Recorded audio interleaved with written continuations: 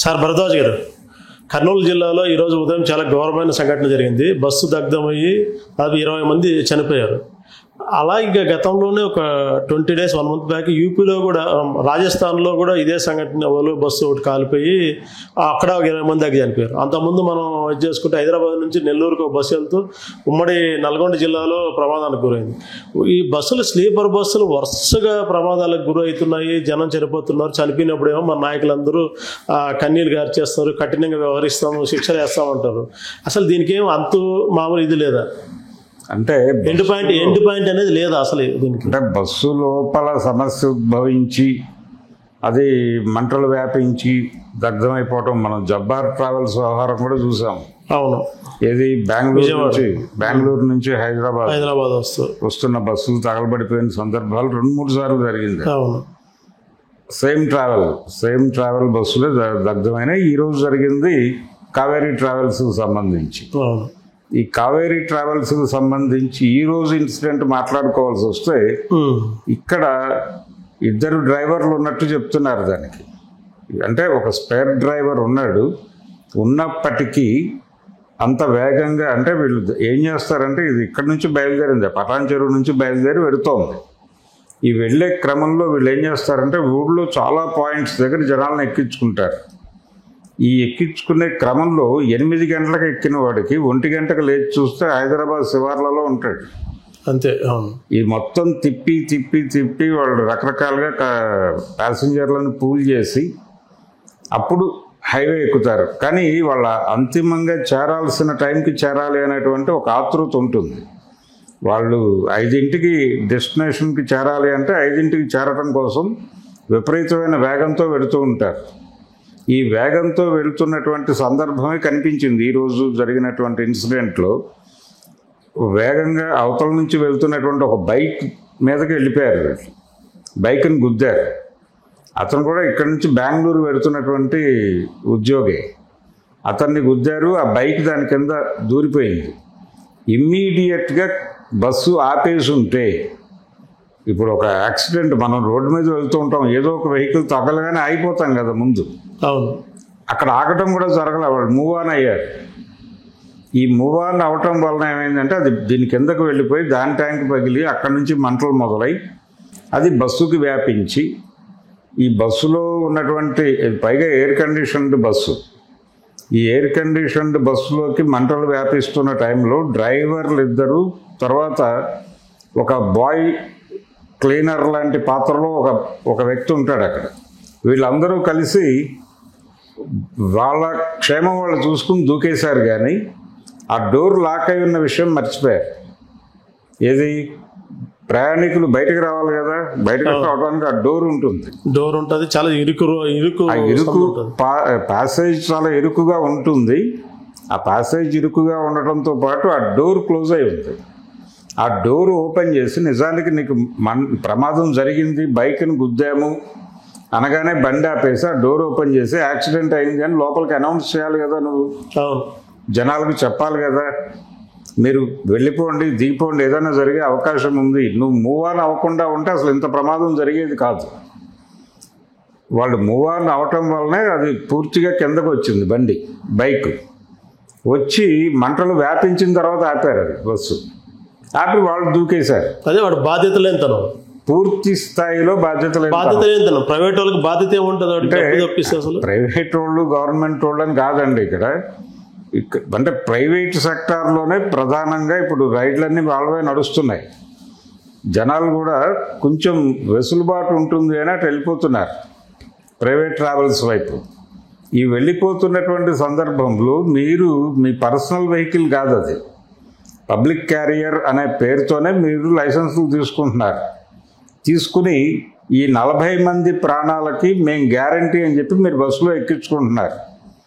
ఆ గ్యారంటీ, ఆ బాధ్యత మీరు ప్రదర్శించాలి కదా ప్రతి చోట. మీరు చేరవలసినటువంటి గమ్యాన్ని చేరవలసిన సమయంలో చేరాలనుకోవడంలో తప్పేం లేదు. కానీ ఆ వేగాన్ని మీరు కంట్రోల్ చేసుకోకపోతే జరిగే ప్రమాదంలో చనిపోయేవాళ్ళు మీకు సంబంధం లేని వ్యక్తులు. వాళ్ళ జీవితాలను అలా ముగించే రైట్ మీకు లేదు. కాబట్టి ప్రజల జీవితాలతో చెలగాటం ఆడుతూ ఉంటుంది. అందుకని దీని మీద ఈ జరిగిన ఇన్సిడెంట్ ఎలా జరిగింది, ఎందుకు జరిగింది అనే గొడవ కంటే కూడా బాధ్యత రాహిత్యం, డ్రైవర్ నుంచి బాధ్యత రాహిత్యం ఉంది. డ్రైవర్ని ప్రాపర్గా మౌల్డ్ చేయటంలో ఆ ఆపరేటర్ తాలూకా గొడవ కూడా ఉంది. ఆపరేటర్ తాలూకా బాధ్యత రాహిత్యం ఉంది. బాధ్యత రాహిత్యమే, వైఫల్యము ఉంది ఆల్రెడీ, బాధ్యత రాహిత్యం కూడా ఉంది. కాబట్టి ముందు ఆపరేటర్ మీద కేసు పెట్టాలి. 302 కింద బుక్ చేయాల్సినటువంటి అవసరం ఉంది. హత్యా నేరం ఇంతమందిని చంపిన కేసులో అతన్ని ముద్దాయిగా ముందు ఆపరేటర్ని మూసి ఆ తర్వాత డ్రైవర్ని మూసి అక్కడి నుంచి కేసు బిల్డ్ చేసుకుంటూ వచ్చి వాళ్ళకి దాదాపు జీవిత శిక్ష పడే లెవెల్లో డ్రైవ్ చేయగలిగితే కనీస భయాలు వస్తాయి వీళ్ళకి. కానీ అక్కడ దాకా మూవ్ చేస్తుందా గవర్నమెంట్ అనేది డౌటే. ఇప్పుడు ఆల్రెడీ ఒక డ్రైవర్ దొరికాడని చెప్తున్నారు, రెండోడు పరారీలో ఉన్నాడు. ఎవరైతే నడిపాడో అతను పరారీలో ఉన్నాడని చెప్తున్నారు. ఎవరు నడిపారో తెలియదు. దొరికిన అతను నేను నడపట్లేదు, వేరే అతను నడుపుతున్నాడు అని చెప్తున్నాడు. కానీ అతనే నడుపుతూ ఉండవచ్చు కూడా, ఎవరికి తెలియదు. అది ఆ ఉన్న ప్రయాణికులు కూడా గుర్తుపట్టి చెప్పే కండిషన్లో లేరు. అది అంతే కదా. ఒక 20 మంది పారిపోగలిగారు. వెనకాల ఉన్నటువంటి అద్దాలు పగలగొట్టి మొత్తాన్ని కొంతమంది బయటికి దూకారు. దూకిన వాళ్ళ వరకు సర్వైవ్ అయ్యారు. ఇప్పుడు నాన్ ఏసీ బస్సుల్లో విండోస్ ఓపెన్ అయి ఉంటాయి కాబట్టి కొంతవరకు జారుకోవడానికి అవకాశం ఉంటుంది. దీనిలో అవకాశం లేదు, క్లోజ్డ్. అంటే ఇది పూర్తిగా క్లోజ్ అయి ఉంటుంది. వాడు ఇలాంటి ప్రమాదాలు సంభవించినప్పుడు బద్దలు కొట్టుకోవడానికి కొంచెం లూజ్గా ఉండే మిర్రర్ ఒకటి పెడతాడు. అంటే సార్ ఇక్కడ అన్నిటికంటే కూడా ఓకే, అది కరెక్టే. ప్రభుత్వాలు ఏదో సంఘటన ఇన్ని జరుగుతున్నా కూడా దాని మీద ఇప్పుడు చైనా 20 years బ్యాకే ఈ బస్సులు అంత సేఫ్ సైడ్ కాదని ఎప్పుడు 20 years బ్యాకే నిషేధించాయి. చైనాలో బస్సు వాడట్లేదు అది. అయినా ఇండియాలోనే ఇంకా వాడుతున్నారు. దీనికంటే ఒక విధానం అంటూ ప్రభుత్వాలు ఏదో దిగ్భ్రాంతి వ్యక్తం చేయడము, తాత్కాలికంగా ఏదో పరిహారాలు ఇవ్వడం క్లోజ్ అవుతున్నాయి. కాబట్టి దీనికి సొల్యూషన్ చూపలేకపోతుంది. పర్మనెంట్ సొల్యూషన్ చూడాలంటే ముందు అసలు జరిగిన ప్రమాదంని ప్రాపర్గా అర్థం చేసుకోవటంలో శ్రద్ధ పెట్టడం లేదు ప్రభుత్వం అనేది. ఎందుకంటే డిజైనింగ్ లోపం అనే పదే చెప్తున్నారు. మనకి ఇదే ఒకసారి కర్నూలు దాని హైట్ తర్వాత వే వెళ్ళేది కూడా చాలా చిన్నగా ఉంటున్నది. ఒకప్పుడు చిత్రదుర్గంలో ఇలాగే బస్సు ఇప్పుడు 40 మంది దాకా చనిపోయారు. అప్పుడు జరిపినప్పుడు ఇది డిజైన్ లోపము, ఇండియాకి పనికిరాదు ఈ బస్సులు అని చెప్పారు. అయినా ఎందుకు కొనసాగిస్తున్నారు అంటే మీకు రోడ్లు ఉన్నటువంటి కండిషన్లు ఇవన్నీ పనిచేస్తాయి. ఇవన్నీ కూడా యాక్సిడెంట్లకి కారణం కావటంలో బస్సు డిజైన్తో పాటు డ్రైవర్లు దాన్ని జీర్ణం చేసుకుని ఉంటారు. ఆ బండిని ఎలా డ్రైవ్ చేయాలో వారికి ఒక జ్ఞానం ఉంటుంది. ఈ జ్ఞానం ఓవర్ కాన్ఫిడెంట్గా మారి ఈ ఓవర్ కాన్ఫిడెన్స్తో వాళ్ళు లక్ష్యాన్ని తొందరగా చేరుకోవాలనే ఆతృతలో ఎటు వెళ్తున్నాము, ఎలా వెళుతున్నాము అనేది కూడా పట్టించుకోకుండా వెళ్తారు. కానీ ఈ క్రమంలో వీళ్ళ భుజాల మీద ఒక 40 మంది జీవితాలు ఆధారపడి ఉన్నాయనే స్పృహ ఉండాలి కదా. ఈ స్పృహ కలిగించాల్సిన కూడా ఆపరేటర్, ఎవడైతే ఆ సర్వీస్ ఆపరేట్ చేస్తున్నాడో వాడికి ఆ స్పృహ ఉండాలి. వాడు డ్రైవర్ని అలా మౌల్డ్ చేయాలి. వాడికి రెగ్యులర్గా చెప్పాలి, ఒరే 40 మంది జీవితాలు నీ చేతుల్లో పెడుతున్నాను, వాళ్ళని జాగ్రత్తగా చేర్చు అని నిరంతరం చెప్పాలి కదా వాడికి. అది చెప్పరు. నువ్వు ఎన్ని గంటలకు పాయింట్కి చేరాలి, వీటిలో సరుకులు క్యారీ అవుతూ ఉంటాయి, కార్గో వ్యవహారం కూడా నడుస్తుంది, అవే ఎక్కువ ఉంటున్నాయి. వీడికి అక్కడికి ఈ సరుకు చేర్చడం అనేది ప్రధానం ఈ ప్రాణాల కంటే కూడా. కాబట్టి నువ్వు ఎప్పుడు చేరగలుగుతున్నావు డెస్టినేషన్ అనే ప్రెజర్ ఇస్తారు వాళ్ళు డ్రైవర్లకి. ఈ ప్రెజర్ మీట్ అవటము అనేది ప్రోగ్రామ్. వాళ్ళకి హైవే మీద వాళ్ళు డెస్టినేషన్కి చేరుకోవడానికి ఉండేటువంటి సమయం తక్కువ అవుతుంది. ఎందుకు తక్కువ అవుతుంది అంటే ఇందాక చెప్పానే, వాళ్ళు హైదరాబాద్లోనే 2-3 hours తినేస్తారు. తినేసి మిగిలిన టైంలో అక్కడికి చేరాలనే ప్రయత్నంలో విపరీతమైన వేగంతో పోతూ ఉంటారు. మీరు ఎనీ ప్రైవేట్ సర్వీస్ తీసుకోండి, వాళ్ళు జనాలు నిండటం అనే పని మీద పెట్టేటువంటి శ్రద్ధ, మనం వెళ్ళాల్సినటువంటి దూరం చాలా ఉంది కాబట్టి చాలు, ఇక్కడ వరకు ఎక్కారు చాలు, మనం వెళ్ళిపోవడం మంచిది అని అనుకోరు. ఎంత టైం పట్టినా ఏం పర్లేదు, నేను 2 గంటల్లో లాగేస్తానంటాడు. 2 గంటల కంటే పట్టదన్నా నేను చూసుకుంటాను అని మాట్లాడతాడు. చూసుకోవటం అనేది అంత ఈజీ కాదు. ఒకవేళ చూసుకోవడానికి నువ్వు చేసే రిస్క్లో నీ ఒక్కడి ప్రాణమే రిస్క్లో ఉండదు, 40 మంది జీవితాలకి నువ్వు జవాబుదారీ. అలాంటి బాధ్యత లేనితనంతో బిహేవ్ చేయటమే కనిపించింది ఈ ఇన్సిడెంట్లో. అక్కడ రోడ్డు బాగుందా బాగాలేదా, అంత నేరోగా ఎందుకుంది అంటే వేరే లైన్లో వెళుతున్నటువంటి బైక్ మీదకి ఎందుకు వెళ్ళాల్సి వచ్చింది, ఇది ఆ బైక్ అతన్ని ఎందుకు గుద్దాల్సి వచ్చింది, అక్కడ వరకు దర్యాప్తు జరగవలసినటువంటి అవసరం అయితే ఉంది క్షుణ్ణంగా. కానీ ఈ దర్యాప్తు జరగడానికంటే ముందు ఇమ్మీడియట్గా కావేరీ ట్రావెల్స్కి సంబంధించినటువంటి ఆపరేటర్ ఎవరో వారి మీద కేసు బుక్ చేసి వారిని లోపలయ్యాలి. ఇప్పటి వరకు ఆ పని జరగలేదు. నెల్లూరు రాయలసీమలో ఎక్కువ వాళ్ళ ఆపరేషన్స్ ఉన్నాయి, అలాగే వైజాగ్ వైపు కూడా వాళ్ళ ఆపరేషన్స్ ఉన్నాయి. ఆ ఆపరేటర్ ఎవరు, దాని నిర్వాహకుడు, ప్రధాన నిర్వాహకుడు అతను బస్సులో ఉన్నాడా లేదా అన్నది పాయింట్ కాదు. ఆ సంస్థకి బాధ్యత ఉండాలి. ఆ సంస్థకి బాధ్యత అప్పచెబితే తప్ప మిగిలిన ఆపరేటర్లు భయపడరు. వాళ్ళల్లో భయం కలిగించాలి అంటే ముందు ఈ ఇన్సిడెంట్ జరగగానే ప్రభుత్వం ఆ ఆపరేటర్ని తీసుకెళ్ళి లోపల ఇస్తే ఆ తర్వాత డ్రైవర్లు క్లీనర్లు గొడవ. అంటే డ్రైవర్ చంపేశాడు కాబట్టి ఆ కేసు మొత్తం డ్రైవర్దే, నా కేసు సంబంధం లేదని ఆపరేటర్ తప్పించుకుంటున్నాడు ఇప్పటిదాకా. తప్పించుకోవడానికి అంటే వాళ్ళకి పొలిటికల్ లింకులు ఉంటాయి. వాళ్ళు ఎవరో ఒక మినిస్టర్నో లేకపోతే ఎవరినో పట్టుకుని ఏదో పద్ధతిలో బయటపడిపోతారు ప్రతిసారి.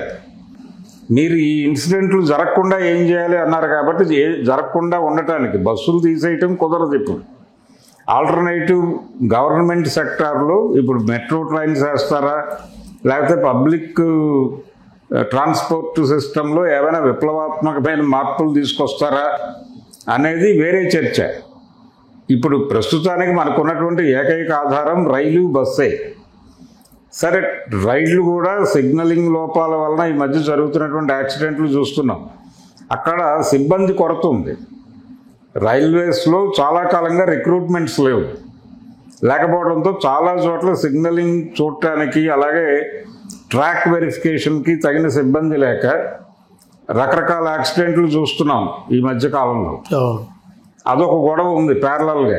దాంతోపాటు ఇక్కడేమో ప్రైవేట్ ఆపరేటర్ల దురుసుతనము, అంటే గ్రాంటెడ్గా తీసేసుకుని వాళ్ళు చేసుకున్నటువంటి విన్యాసాల వలన ఎక్కువ ప్రమాదాలు జరుగుతున్నాయి, ఎక్కువ నష్టాలు జరుగుతున్నాయి. అందుకని ఇవన్నీ చర్చించుకోవడం కన్నా కూడా ప్రభుత్వం ముందున్న ఏకైక కార్యక్రమం ముందు ఆపరేటర్ని లోపలేయండి, వాళ్ళ మీద 302 కింద కేసు బుక్ చేయండి, ఆ తర్వాత దొరికిన వాళ్ళని దొరికినట్టుగా కోర్టులో సబ్మిట్ చేయండి. దీన్ని మేము కేర్ తీసుకుంటున్నాము అనేది ప్రపంచానికి తెలిసేలాగా బిహేవ్ చేయండి. చాలామంది దీని మీద మాట్లాడుతున్నారు, వాళ్ళ అభిప్రాయాలు తీసుకుని ఎలా డ్రైవ్ చేయాలో ఆలోచించండి.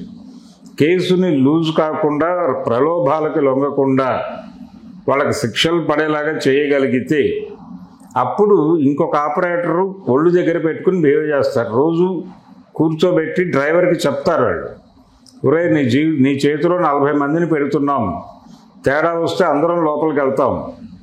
నిజానికి ఉరిశిక్ష కరెక్ట్ అని నేను అన్ను, కానీ ఇలాంటి సందర్భాల్లో అనిపిస్తుంది.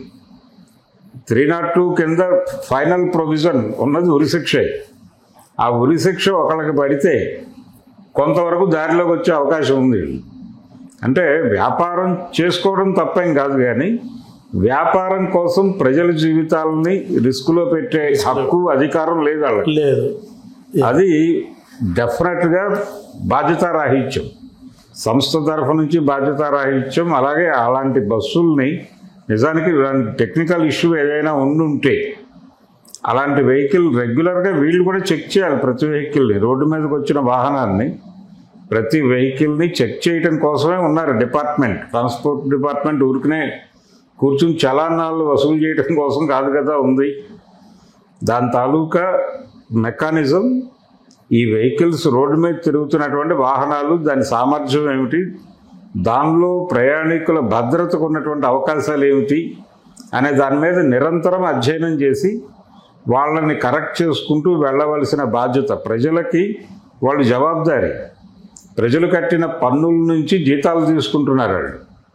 కాబట్టి అందరి బాధ్యతారాహిత్యము ఉంది ఇన్సిడెంట్లో. అందరూ చేతులు కడుక్కొని బయటికి వెళ్ళిపోవడానికి ఏం మార్గాలు ఉన్నాయో వెతుకుతున్నారు ఇప్పుడు. ఈ మార్గాలు వెతికే కార్యక్రమాన్ని బంద్ చేయాలంటే జనాలందరూ రోడ్డు మీదకి వచ్చి గొడవ చేయాలి.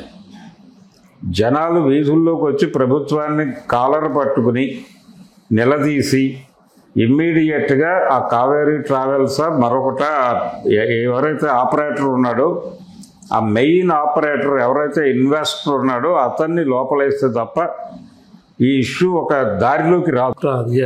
సార్. హలో, తెలుగు రాజ్యం ఛానల్ చూస్తున్నారా? సామాజిక రాజకీయ జీవన చిత్రణే తెలుగు రాజ్యం. అతిశయోక్తులు అసత్యాలు ఉండవు. రాజకీయ కోణం కాదు, ప్రజా కోణమే కొనబడ్డ తెలుగు రాజ్యం వీక్షణ మీ ఉత్తమ అభిరుచికి నిదర్శనం.